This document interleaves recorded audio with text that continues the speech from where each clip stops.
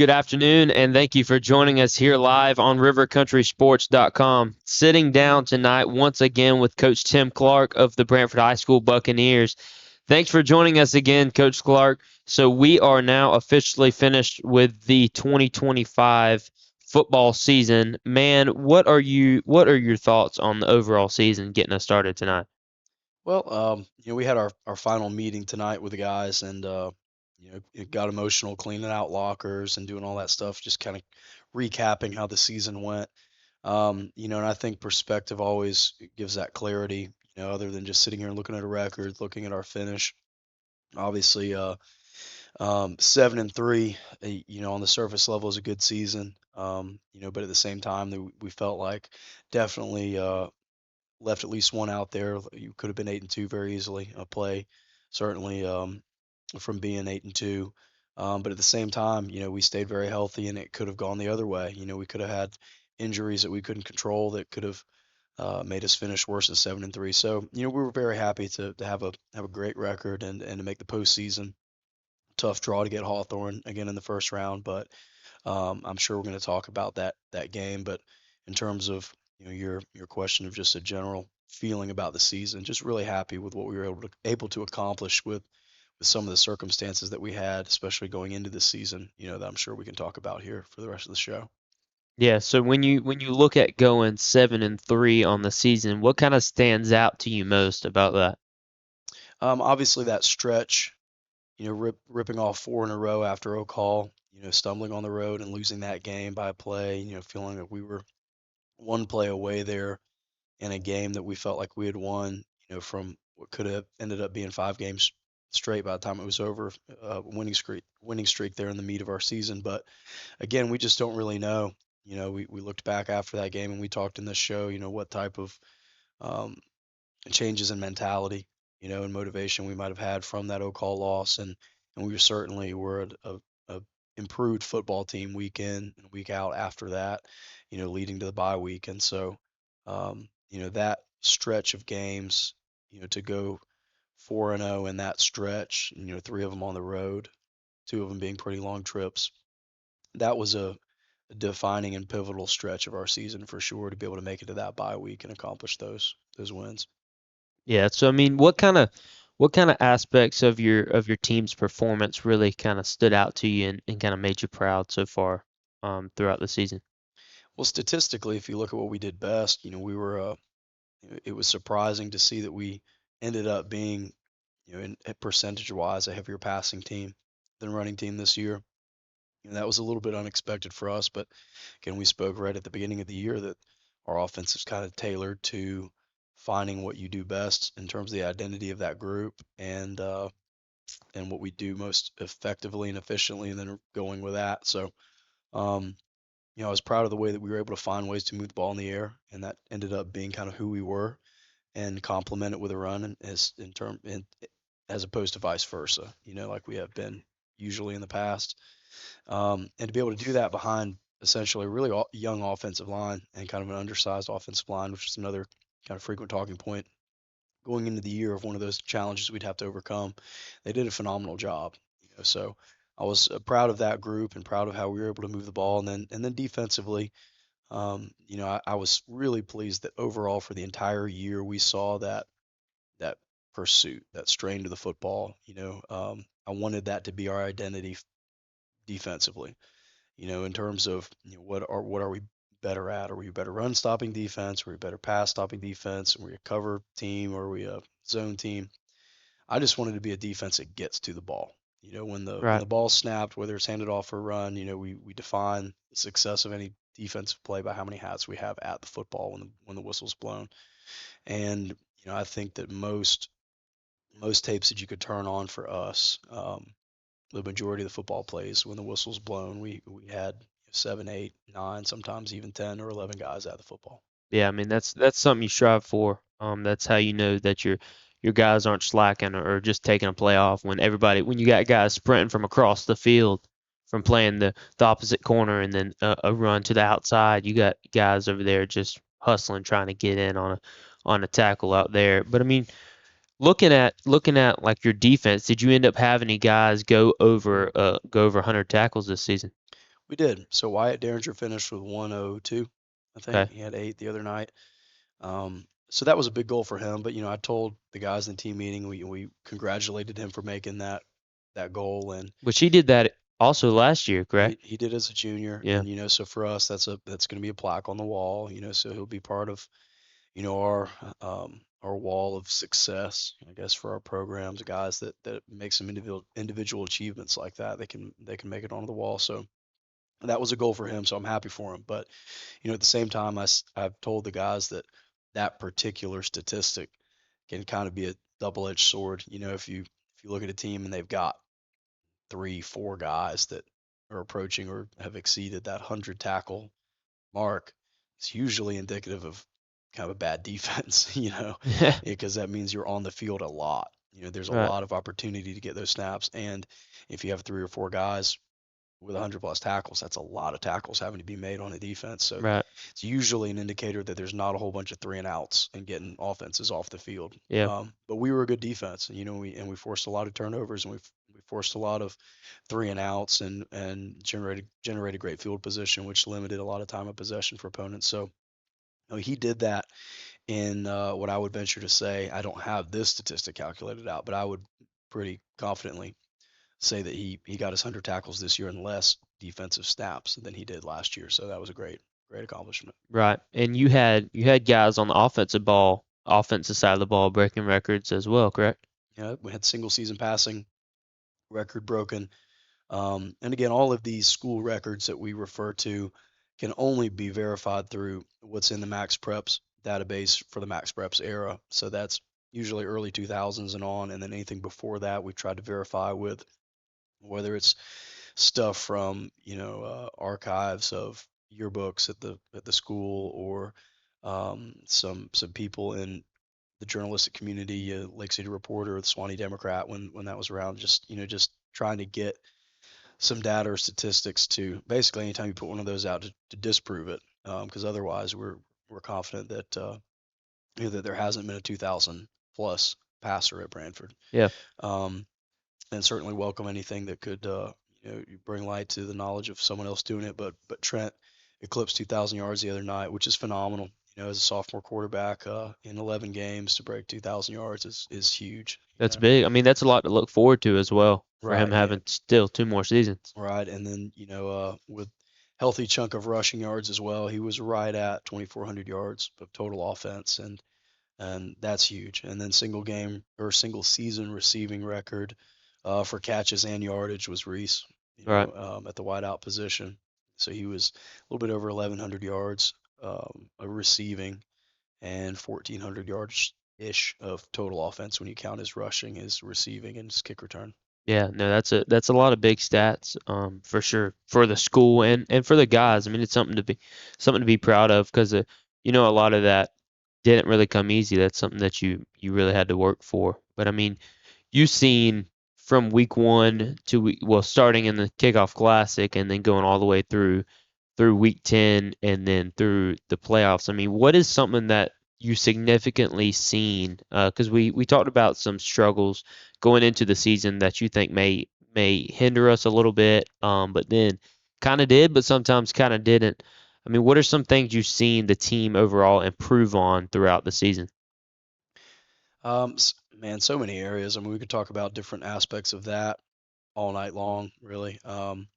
Shoot, I mean, anything you want to talk about. Our pass protection drastically improved as the season went on, and that was what you would expect from an offensive line that really had one senior on it, and Wyatt Derringer, and that was a guy that we continually tried to roll on the offensive line because of how impactful he is on the defensive side of the ball. So Right. there were many times where we were rolling an offensive line in there that had 3 sophomores and a couple of juniors on it. So um, So that's definitely going to be something big for the next upcoming year or two as well. right. Yeah, we in the team meeting today, we made a point to note out to this group that of the essentially 10 bodies that we had rolling at offensive line by the end of the year, that would be the 2 deep at each position.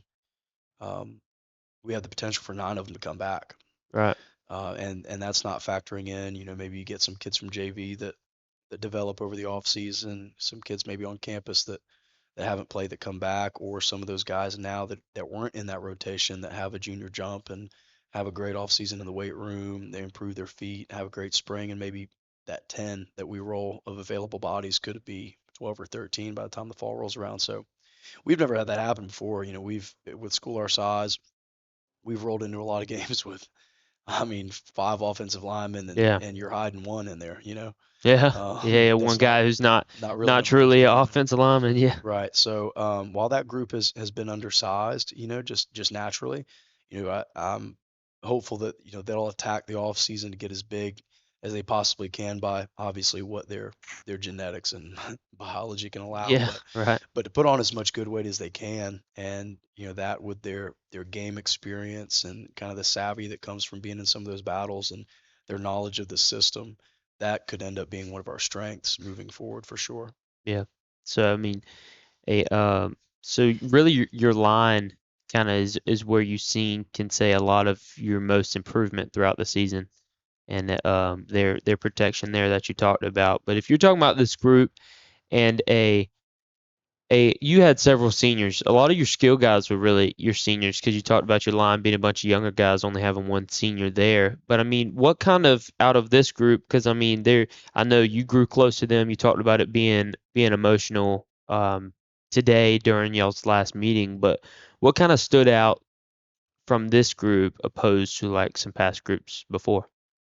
In terms of like their cohesion Yeah, and well, I mean, just talking about the group in general, like the guys as like their relationship with each other, them not just as players, because we've talked about that all season long, but like them in general and their relationship with you guys and your coaches as well. yeah, I told them today that we had a group in 2019. That was a one-loss group, and that was what I thought was to this date the group that meshed and had the most unity and just played together. In that, I mean, all our groups have been pretty good. They've been great, but that group just clicked and had that cohesion where you could just tell that they had grown up playing ball together. You can't Right, create that. You can't manufacture that. That's something that we just had a group that had been playing in orange and blue together since the time they were in, you know, 8U, right? I mean, right, all the way through town ball, JV, and then varsity, and none of them left. None of them stopped playing ball. They were just all together. Um, this group reminds me of that group, and I told them today I've never had a group play as together and show the joy of playing together as much as this group team wide. And what I meant by that was that 19 group had a little cluster in it of that senior class. It was a pretty big senior class, and they kind of drove the football team. They did a phenomenal job and showed and kind of led with that example of cohesion, right? They were just super tight. They were always together, off the field, on the field. Um, and so this group is a lot like that, but maybe in just a little different way. I see it across the entire team. And again, that was built, I think, because of the nature of our team and the identity of our roster. The sophomores had to be close to the seniors, right, and our freshman running back had to be close with the juniors and seniors. So there was more equal distribution, I think, across the team of how close they were. I've never had a group that just seemed to care about each other from the top to the bottom, even when the JV guys moved up, taking them under their wing. It's just a high quality group of young men. And the way that they played, it just jumped off the film and it jumped off the field when you watched them live that they just love playing ball together, man. It's just really right. refreshing to see that because it gives you energy as a coach that, man, all these late nights and, time away from your own kids or that can be worth it because you're seeing them pick up those intrinsic values of the game and just enjoy doing what they're doing. So Right, because you don't only try and develop football players through a program. You try and develop young men who are going to turn out to be half decent people after they get done playing in the program. I mean, even with some guys like you talked about that group, what 2019 group that came through and had been playing together, even with some guys moving around, coming in from different schools, it shows a lot about them kind of I'm sure you'd agree with being able to just mess with each other that well, even for guys who haven't played forever together. yeah, really we had three seniors that and we talked about this going in that this would be one of those big question marks of the years that we didn't have a lot of established leadership. already, and that we had Wyatt Derringer, we had Arcavian Jones, we had Trip Schultz that had been in our program from their 10th grade year on, that were Buccaneers for their whole varsity career, essentially. And that's not a lot, that's not a lot. So we had to develop leadership, and you can't manufacture leadership. It just has to kind of organically arise with natural leadership ability and traits, right? And Yeah. then you give them some leadership responsibility and see how they handle it. Right. And if they handle it, then it becomes infectious, and the next guy catches on. And the more that you have buy into that process, the more that senior group, even with the guys you mentioned, guys coming into the program, can buy into it and develop themselves as leaders as well. Because there were voids there that needed to be filled. So guys like Reese and TC that came in, they were very vocal leaders, and then guys like Carson and Devin that came in, Blake, that weren't as vocal but just led by example. Right. Whether it was Blake running down on kickoffs or giving great scout looks and things like that, or Carson just playing so many different roles within our football team, playing Yeah. with a cast on and 'Cause, I doing all mean, that stuff. that's one thing he had to do as well, playing Right. several different positions too. Right. So yeah, that was a big question mark going in, but this group has shown a lot of that, and it was just a joy to coach because they got it, in terms of just the groups that you wonder if they, when you use the term, this, we're developing the young man that's going to have to do that after the football career. That was the theme of the meeting today, is that the easy stuff is now over. If you're a senior, from this point on, it's not about, are you setting the edge? Yeah. It's going to Right. be about, are you paying the bills? How's For your sure. family? So, Because you're starting to take care of more than just yourself too right, when you get out right. of. So more so than, again, I've had great groups, man, and great groups, and the ripple effects can be seen from that. To this day, man, I talk to my former guys just constantly, daily, from so many different years, all the way back to when I first started coaching. But this group, I'm just so confident about just the type of young men they are, and what they're going to do going forward, whether it's going to college, playing ball or not, going into the workforce, or just military, start a family, whatever it is. I'm Yeah. just really confident about this group. Yeah. That's a lot. I mean, we seen the guys how well they meshed together and how that reflected on the field as well. But tonight's broadcast is brought to you in part by Farm Bureau Insurance, Van Carpet One, and the Suwannee County School District. Make sure, if you're not already, we've hammered it so far throughout the season. Go on and like and subscribe to the channel and share it with all your friends. That way they can keep up with the latest and greatest Buccaneer football action. We'll see you back here in a minute on rivercountrysports.com.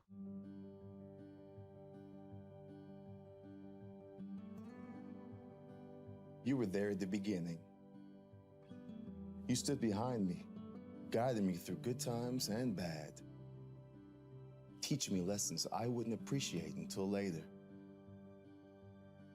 preparing me for the day when you couldn't be here. What you've given me, I'll carry wherever I go. And because of your planning, I know I'll go far. Set your family up for life. Southern Farm Bureau Life Insurance. Your friends for life. Farm Bureau Insurance, serving Florida for over 70 years. In Suwannee County, you'll find Farm Bureau in Branford and in Live Oak. In Branford on Drain Street, phone 935-1274. And in Live Oak on Dowling Avenue, call 362-1274. Real service, real people, Farm Bureau Insurance. What's up, guys? Welcome to Van Carpet One. For 78 years, we've been your local family-owned and operated floor covering store, and we can't wait to serve you. Let's go check out some of the stuff we've got and say hey to the guys. Hey guys, this is Michael Van here at Van Carpet One. Wanted to show you our huge display of carpet. Got about 1,000 rolls for you that we can order. We also keep about 100 in stock that are on clearance, so please come down and give us a visit. We appreciate it. Come in and see the largest tile collection in North Florida. Van Carpet One has every tile you could possibly imagine. If you can't find it here, they don't make it. Guys, take a look at this. This is just some of our options in waterproof vinyl plank, where we have the largest selection anywhere around here, including over 70 pallets in stock, ready to go right now. Come in and see our fantastic selection of elegant hardwood too, followed up by fantastic service that you expect from a company like Van Carpet One. Come on in and see us. We can't wait to serve you. And that's a boom shakalaka. Excellence in academic and clubs. Tradition, family, future. Foundations for lifelong learning. Leadership begins here. Careers start here. Curiosity meets opportunity. Building the leaders of tomorrow. Learning begins with love. One district, every student, every day. The Suwannee County School District, my choice for high quality education. Thank you for joining us back here live tonight on River Country Sports. For tonight's Coach's Show, sitting down with Coach Clark, reviewing a little bit about last week's game. Coach, we went last week, this past Friday night, over to Hawthorne for the first round of the playoffs. Came up with a tough loss there, but still a great game. I know we seen some things that we would like to look forward to, hopefully improving on, for going into next season. Some different things that kind of, because when we talked about going into playing the number 2 ranked team there in Hawthorne, that that's going to be a challenge, but because I mean it was a tough situation because that was the same team we played last year in the first round of the playoffs. A team like that's going to be a challenge, but it really allows your guys to face a big challenge that we didn't see as big of there in the regular season. But I mean, what did you kind of learn from the first round of the playoffs that you think will kind of help the program moving forward? Well, we can always turn on that tape on to future groups. Say, man, this is how you don't quit. In the face of any opponent, this is what you do. Because I really thought that we had phenomenal effort Friday night through 4 quarters. I mean, I told the seniors, look, at halftime it was 30-0 or 34-0, whatever it was, and said, anything can happen. But like logic would imply here, man, you're about to go out and step on the field for the last 2 quarters of your career. So I'm not pulling anybody out. You play till you tell me you're done playing. Um, just don't quit. If you're going to be out there, hold the standard. So none of them has to come out, and we left them in there. Sub some guys in, but we for the most part we let those seniors play, and they played till the very end, and that's what we had in our meeting today. I didn't do a full cut up like we normally do on a Monday. I just had about 20 clips and said, man, these are 20 of the clips, and they weren't all of the clips, but these are 20 of the clips where Brantford won. Like you won these plays against these guys. Yeah. And that was just positive for me, and that was good to see. That showed that when they beat us, like we wanted to play one play at a time and try to win one play at a time, and understand that every play is going to be really hard to win. 3 yards on offense is a win, and hold them to 3 yards on defense, that's a Yeah. win, and then you go on Right. to the next play. Right. And because they're a good football team. And at the end of the night, they won more plays than we did. But um, what was encouraging to see is that you turn on the tape from 24 when we played Hawthorne in the first round, it's 56-0 at halftime. There's literally no competitive plays at all. Pretty much definitely for the first half, right? But for the majority of the game, there were very few, if any, competitive plays at all. And I thought being healthy and having kids back, and they're not quite what they were last year. I thought that was a very obvious thing Friday night, that we had competitive plays with them where we came down the field and we hit. I thought that we wanted to put them in the position where they had to prove that if they were going to win a play on us, it had to be because they were bigger than us and they're faster than us. Yeah. We're not going to be out of position. We're not going to be out of assignment. We're going to try to use great technique, and I thought the kids really did, man. I mean, we turned on the tape today, and you couldn't disprove it. We missed a lot of first tackle opportunities. They were very explosive and elusive in the open field when they got on the perimeter, especially. Yeah. And then a lot of times inside, when they were running inside zone, they were blocking 5 for 5, and we just couldn't get off blocks. Um, but there weren't the busts in the secondary. We weren't out of gap scheme in the run fits. And I thought we played really, really hard and Because pursued. the ball really didn't get taken over the top that often neither. No, we had one post route get thrown behind us. Yeah. And it was off of emotion. We had, it's just a good play. It was a really good play. It was the best route that they could have had schemed up for cover 4 that we were in for that specific play. And they guessed right, and we guessed wrong on that specific play. And they hit us over top. Fantastic throw and catch too. But for the most part, we I said we're going to keep the ball in front of us. rally up and make tackles. And a big theme of the night was, again, like I said, not making those first tackle opportunities. They were really tough to tackle in space.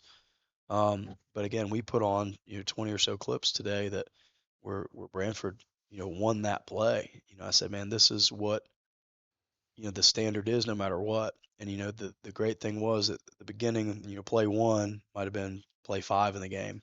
Right. By the time we got to play 20, it was like fourth quarter down 36-0, right? And it still looked the same as the Yeah. beginning. So that's the standard. Go have fun, go play. Understand this is a really tough opponent. Just have fun playing ball and be grateful for the opportunity. And I thought they did, because they weren't negative at all Friday night. They were picking each other up. They were vocal, energetic, and I told them even after the game, man, after a tough loss, I had fun standing on the field with you and coaching tonight, and watching you play, because they got after it. Saw TC jumping around, fourth down stop there on, in the red zone, in the third quarter, Yeah. and we're down 30-0 at that point.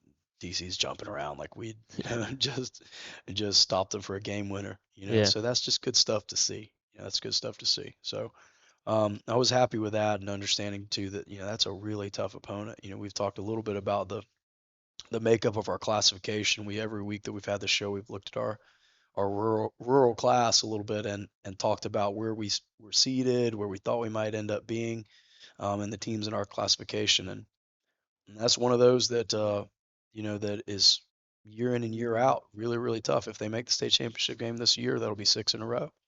Yeah. So it was a tough draw for the first round, but again, like I said, I was happy to see the kids. They played hard and just had fun playing ball, even in a tough loss. But that's one thing. That's one thing that kind of keep playing that we seen a little later on in the game. That pass down the sideline that Trent threw over to Reese. I think it was in double coverage where he had that completion way down the sideline. That was still a great play that was completed later on in the game. But that's something that you can preach to your younger guys as well that have come up, and we know you've got a lot of them that that not giving up. And that we're seeing and trying to hold your younger guys to. I mean, just setting a standard that no matter what game you're in, or if you have to play Hawthorne next first round, hopefully we don't. I mean, but who knows? Might be a different outcome next season. I mean, having to play a team like that again, just not letting the circumstances affect kind of your mindset and what you're thinking on the game. But I mean, if you're looking at some of your players and you're developing over the season, we know you had like we've mentioned 1,000 times, a lot of younger guys that have not had a whole lot of experience, or even some of your older guys who've been playing around the varsity ball for a long time. I mean, if you're looking at improvement, who really, or maybe a couple guys that kind of stood out to you that kind of improved a lot over the season? Man, there's a bunch of them. There really are. If you look kind of at the 3 levels, I can pick someone from kind of each level of the groups. If you talk about our big guys up front, a guy like David Lopez, who literally only kicked the football last year, Yeah. and then going into spring, his role increased just a little bit as he starts to learn, and then over Well, the he summer, wanted it to though. right, Coach, right, I want to play more than just kicker. right, and Yeah. then by the time fall camp came around, he's learning and he's getting better to actually getting him Friday night game reps. That's a process that can't just happen in a few snaps. Like that's a tough position to play, to go from kicking the ball to a 4-point stance in the trenches. And by the end of the season, he was one of our best, um, evasive defensive lineman type guys. We'd put him in there on pass rush downs. We'd put him in there when we thought we had a matchup on a bigger offensive lineman that he could wiggle past. And he's physical, he's strong, and by the end of the season, he was not only doing that, but he's rolling on the offensive line as well. So I mean, that's huge. Yeah. For him to cognitively be able to pick up the offense and the defense, but then physically also be able to go from only kicking last year um, to a point where we felt confident putting him in at positions like the offensive defensive line where there's some violence going on in there. And then giving you another guy as well. I mean, you talk about having depth in those positions on the offense and defensive line. Some guys who may not be as mature in that position, but a guy that's able to come from kicking to playing a lot on that offense and defensive line. But I mean, looking at your next level, I mean, what are you thinking there? Well, then you're looking at your kind of linebackers, running backs, that mid-skill type position, and um, look at someone like Carson. Look at someone like Carson that in the off season, you came in the summer, started working out with us, and wasn't really sure what his role would be, and started off the season playing safety. And then kind of adjusted, wanted to play running back. We put him at some 3 and 4, repped him some 2, and then breaks his hand in the Oak game. Yeah, So now he's been unselfish all year, playing whatever we needed him to play, and showed us that he could tackle with the glove on his hand, with the cast on. And right. so he kind of settled into that Sam linebacker position, and showed that he could cover a little bit when needed him to, but also set the edge really well. He's got good speed, good feet. He's physical. Um, he's a guy that went from basically not having a role coming in when, man, we came out of spring and pretty much every hole was filled. All right. Yeah, Yeah, I mean, most of the starting lineup was penciled in, and he came in not really knowing where his role was going to be. Started at DB, and then ends up being our starting Sam, by the end of the year. So that's a whole lot of improvement that has to take place for us to be able to move him around like that. Feel confident that he can do it.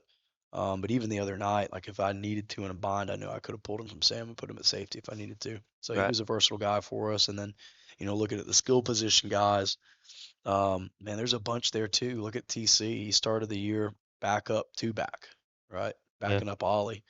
Um, Tried to learn some 3 and 4. Knew that he could do that if he needed to. And then after the Oak Hall game, really shifted into, man, our best personnel package might be with Reese and TC outside, yeah, especially when we can trade over and go away from a close tight end and put TC in the slot. That's a big body in the slot.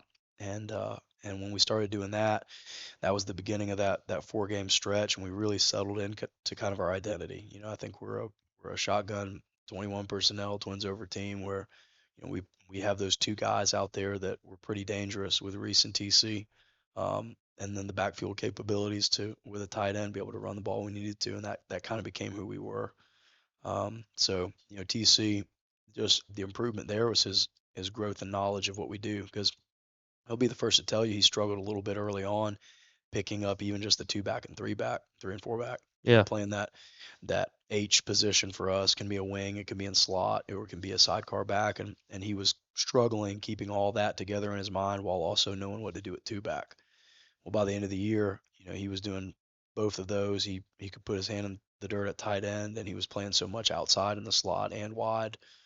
He basically knew every skill position except for quarterback. So still had his moments, obviously. He's first year player for us and only year player for us, but a ton of improvement for him for us again to be able to put him in those positions with a lot of responsibility. yeah. So that's I mean, you mentioned three. Well, is David a senior as well? He's a junior. He's a junior, so going to be a senior, but that's still some of your older guys. So I mean, that your younger guys in your program can look and see the kind of progress that your older guys are still making, even though they're seniors or juniors, going to be seniors now in the program, and look up to that thing. Hey man, I can do that too. But I mean, the kind of traits. What are you looking at? Kind of the traits and habits from this year's guys that you want to see really carried into next season. Well, I mentioned it in the meeting today. Practice standard, I thought, was phenomenal with this group. They didn't just maintain it; they raised the bar for sure. We had very few bad days of practice. Obviously we didn't have all perfect practices and didn't have all good practices, but Right. we had very few bad days, just because of the energy level that these guys we've been talking about, the leadership brought to our Monday through Thursday prep. And if you ever doubted that, you could come watch our Tuesday circle ups. Before practice started, they were lively and they were violent. Right. And um, our one-on-ones with DBs and wide receivers, was always competitive. It was always almost hostile level. And those guys just love to compete. And so, they love to get on the grass, talk a little bit of trash, and go compete. And I think that's just great for those young guys, especially the JV ones that moved up, to see that you can have your ND drills, you can have your teach tempo stuff, you can have your walkthrough periods, but man, we would go to one-on-ones, and even two-on-two combos and defensive ND. Man, it was, they can look at that and say, man, that's game speed. It's game speed. So Yeah. I think that's huge too, because that's one of those things you don't really think about all the time, but when you just see it at a certain speed, every rep, that standard just kind of becomes natural and ingrained. Right. That's very important as well to continue and see that and instill that in your younger guys that are coming up as well. But we'll see you back here in a minute. Make sure to join us for the third segment on rivercountrysports.com. What's up, guys? Welcome to Van Carpet One. For 78 years, we've been your local family-owned and operated floor covering store, and we can't wait to serve you. Let's go check out some of the stuff we've got and say hey to the guys. Hey guys, this is Michael Van here at Van Carpet One. Wanted to show you our huge display of carpet. Got about 1,000 rolls for you that we can order. We also keep about 100 in stock that are on clearance, so please come down and give us a visit. We appreciate it. Come in and see the largest tile collection in North Florida. Van Carpet One has every tile you could possibly imagine. If you can't find it here, they don't make it. Guys, take a look at this. This is just some of our options in waterproof vinyl plank, where we have the largest selection anywhere around here, including over 70 pallets in stock, ready to go right now. Come in and see our fantastic selection of elegant hardwood too, followed up by fantastic service that you expect from a company like Van Carpet One. Come on in and see us. We can't wait to serve you. And that's a boom shakalaka.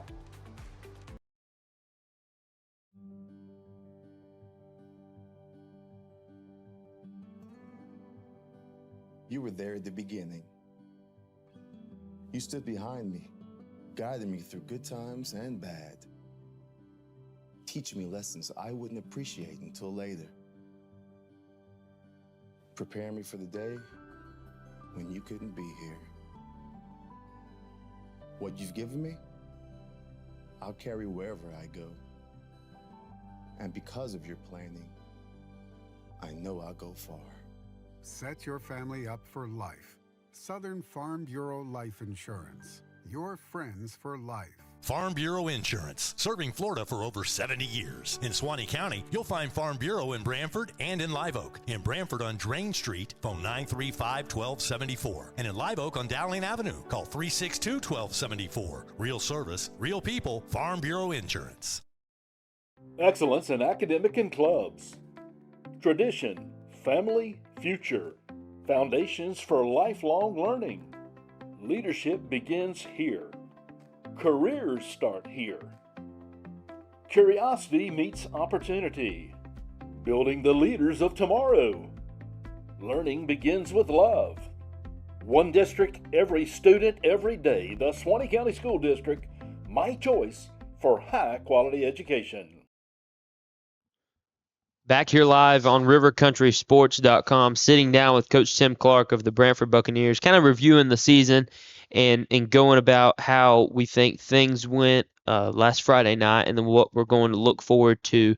But, Coach, we've talked about all your guys and we've talked about what you want to improve and what we think we can improve and what we've enjoyed out of them. But kind of talking about you a little bit, this was your 8th year being a head coach, correct?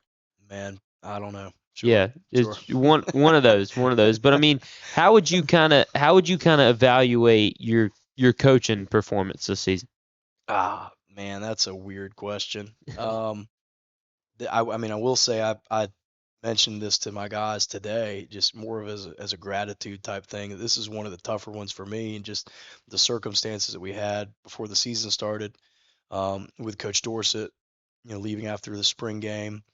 We weren't able to make a defensive coordinator hire, so we're going into July, and weren't able to make a hire, and so I was like, golly, man, I'm gonna have to go back to calling defensive side of the ball as well. So we knew we were going to be able to handle that with the coaches that we had, divvy that up in terms of film breakdown and scout and all that stuff. And then we got hit literally like 6 or 7 days before the season started. Coach that coached my offensive line, another on-campus coach for us, had some health issues within his family and basically became unavailable to us indefinitely. We were hoping to get him back, and thankfully everything is good now, and they're on the mend. But we didn't have him all season, and Right. offensive line. Made I it mean, tough as well. right. It starts up front, and so that left me as kind of the lone on campus guy there. And I have great help, and they're phenomenal, but they're all volunteer guys, and they have jobs, and some of them multiple jobs, and Yeah. most of them coming to practice straight from their jobs. So it was a challenging year. So I mentioned it to the team and to the coaching staff, just in terms of gratitude, where this would not have been possible if this was a group of just absolute miscreants. Yeah. But it was just a high quality group of young men, and it would never have been possible without that leadership that was kind of developed, right? Right. That we already talked about. If this was a team that in addition to calling offense and defense and scout prep and all that, I would have had to, manage the locker room and deal with a whole bunch of discipline issues, and handle, practice attendance and all that stuff. Man, it would have been an absolute nightmare. But Right. the coaching staff and the leadership on the team let me really just focus on ball, and focus on game prep and practice script. And I'm proud of what we were able to do. So my coaching performance, man, it's never going to be good enough, but the coaches around me made the season phenomenal, and the leadership in the locker room made it probably the most, despite how time consuming it was and stressful it was, probably the most fun that I've had coaching ball. So um, I can just pray for more groups like this, and maybe hopefully a little more help though. Like Yeah. I we'd mean, like to hire some guys on campus. We'd like to hire a coordinator um, for one side of the ball, so I can take half of that workload off of me. But would you and be open to that being offensive coordinator? I mean, I don't know. That's just that's a question, a bridge to cross when if that opportunity were to arise. I know I enjoy calling the offensive side of the ball. It was not something I ever really envisioned myself doing, being a defensive player. Yeah. And starting out coaching, I was calling the defense at Brantford, and had never called an offensive play in my life until my first year as head coach. But um, that is whatever, man. Just we're taking it one day at a time, 1 year at a time, one season at a time, and just happy with what we were able to accomplish this year with a lot of those uncontrollable things that kind of sprung up on us there in the summer, and then certainly closer to the start of the season. So the main goals, knowing where this program was and what we were trying to build and continually build. Um, we needed to generate winning seasons, right? We had to get out of the streak of losing seasons there. Kind of when I was in college before I came back. Didn't really follow Brantford a whole lot, and when I came back, there were um, some consecutive years there of being under 500. And I've got guys on staff now that have been with me from that very first day, man. They've been there since day one. And this group, was another group now. I think it's eight or nine seasons without a losing record, and 7 of the last 8 seasons make the postseason. Right. So um, I think those are phenomenal things for this senior class to say, look, we're not going to be that group. This has been a goal for this program every single year, 2 big goals, and we're not going to be the group that lets that rope slip. Yeah. So I'm just proud of them, man. It's been a fun year, and we said a long time ago, I think, when our first year as a staff, I think we went 5-5, Yeah. and I thought, we were going to have a parade up and down Brantford. That we went 5-5, and I Yeah. remember sitting the group down then, and we 5-5, and we didn't make the playoffs. And the next year we had a winning season, and we were just over the moon, right? And Yeah. I thought that, man, that's phenomenal. It's great, but our goal should be that eventually, um, we'll have a 6-4 year, we'll have a 7-3 year, we'll have an 8-2 year, a year where we have a really good record, and it's a little bit bittersweet because that standard's been raised, a little Right. bit every single year. And again, I'm really happy with how this year turned out, but we're kind of there. We're 7-3, and we're still sitting back, and I'll still lose sleep at night thinking, dang, man, we were play here or there from being 8-2. Yeah. So that's what keeps you going. That's what keeps you hungry. But I don't. Your original question was about me. It's certainly was nothing about me, man. I couldn't have done any of it at all without the coaches that stepped up. Travis Corbin, when our offensive line coach, who's a phenomenal, very seasoned coach and on campus guy, not having him available on paper is an absolute huge, devastating blow to what he meant to our program. And Travis is a volunteer guy and had coached some JV before and helped and basically told him, "Congrats, you're it. Tag. Yeah. This is you now." Yeah. And he stepped up and did a great job for us, man. All those things we're talking about in terms of improvement of the offensive line, that just doesn't happen, by some magic pill. Right. So he did a really good job with what we needed, and I'm certainly going to just keep expanding his role. Yeah, but kind of looking at still your thoughts on things. I mean, were there really any kind of adjustments or decisions that y'all made that you particularly felt kind of good about or wish you could kind of revisit? I mean, yeah, we made changes all the time. We install every week, and we delete stuff every week, and we try stuff every week. I would say kind of after that Oak Hall game was the biggest shift in personnel that we made. We moved some guys around and we moved some things formationally around and what we thought we might want to do and focus on, and it turned out to be the right call. Um, but all those decisions are still made, in the wee hours of Monday mornings usually, Right. in game plan weeks, and all made collectively as a group. So they certainly deserve just as much credit as the guys and myself, in terms of how successful we were, and they don't get paid for it. So Yeah, yeah. But I mean, looking forward then to you kind of talked about the goals of your group that you're looking forward to coming up next season, and your guys that are going to be seniors, your guys that are going to be juniors, and now who have been young playing in the program and now are getting a little more age on them. But I mean, what are you kind of most excited about, and what kind of excites you looking at your group coming up and about the roster that you're gonna continue to work with for this upcoming season? well, there's a lot of positive momentum around our program right now. I think on and off the field, and we just got to keep that going. I mean, you got to keep that excitement going. New locker room, a lot of renovations around the facilities in terms of extra weight room space. All that is great stuff for us, and I think the kids like that, and that's all fun. But I think what generates the most excitement is winning football games and having a lot of those good players have the opportunity to come back. That creates the most optimism more than Yeah, anything.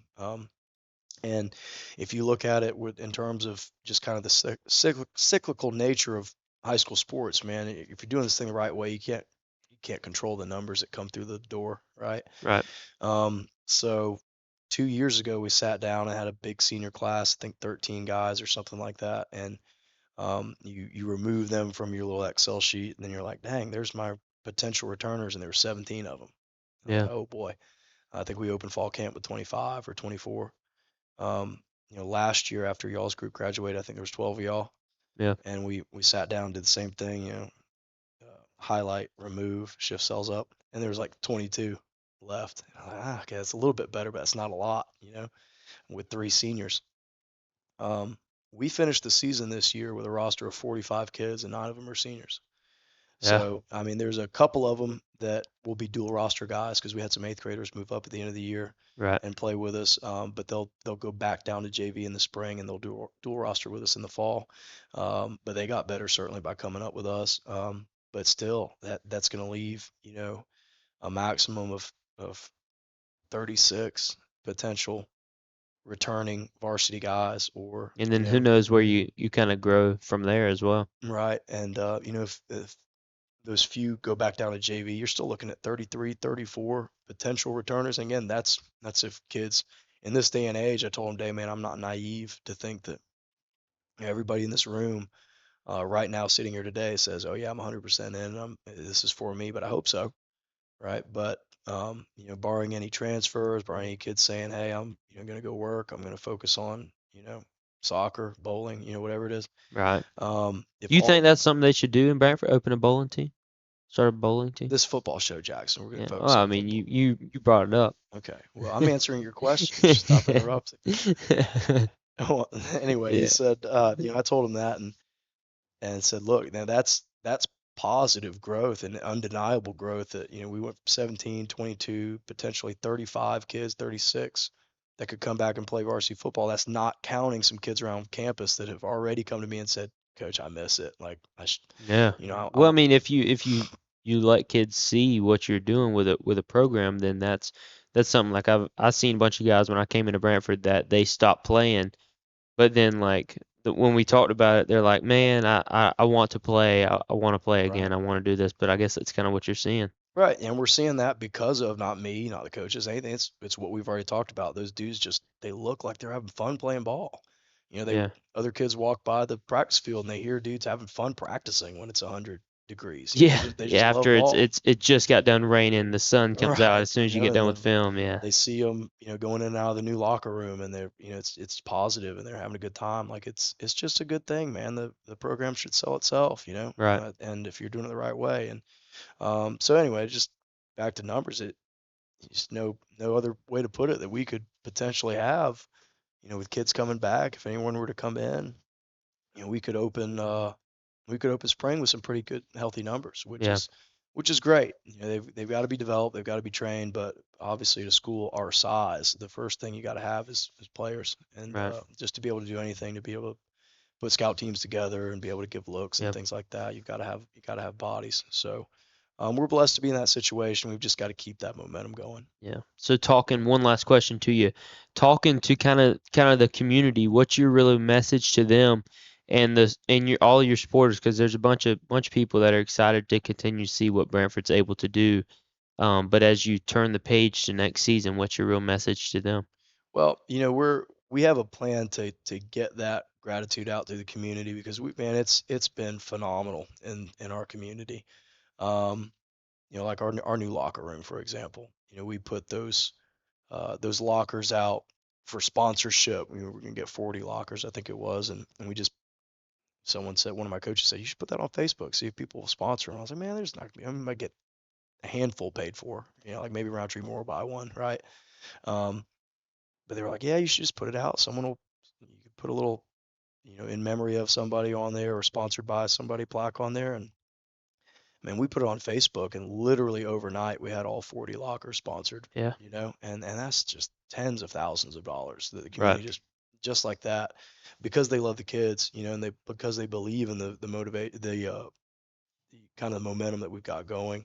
Well, like I said, we haven't really put anything out there to thank everybody yet, to reveal that yet. We're waiting for the season to end. I mean, it's Brantford. It's a small program. I don't have a social media director. I mean, you're looking at them. So, Yeah.